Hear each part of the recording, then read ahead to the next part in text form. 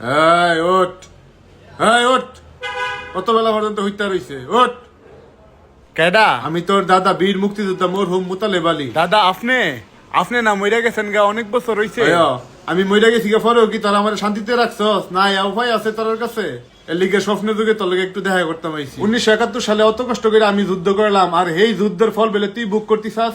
তুই বেলে আমার এই হেডম দিয়া বেলে তুই চাকরি নিতিছাস? কেরে তোর নিজের কোনো হেডম নাই? পারলে নিজের যোগ্যতায় একটা চাকরি লিয়ে দেখাই দে। কি লিগে দাদা কবে যুদ্ধ করতে সেই যুদ্ধ লিয়ে টানাটানি শুরু করে দিছস।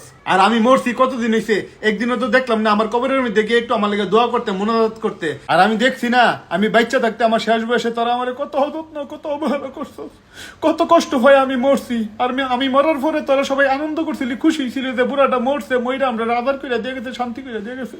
আর তোরা হনে আমার মরার পরে আমার এই সার্টিফিকেট লিয়ে, মুক্তিযুদ্ধ সার্টিফিকেট লিয়ে তোরা এটা সুবিধা বুক করতে যাস না, তখন আমার খুব কষ্ট লাগে। তোর কাছে অনুরোধ রইল, এই কুটা ছুটাইটা বাদ দে, তোরা নিজের যোগ্যতায় কিছু একটা করার চেষ্টা কর, তাইলে আমি একটু শান্তি পাবো। পালা থাকিস তোরা। দাদা দাদা শুনেন শুনেন, যাইেন না দাদা।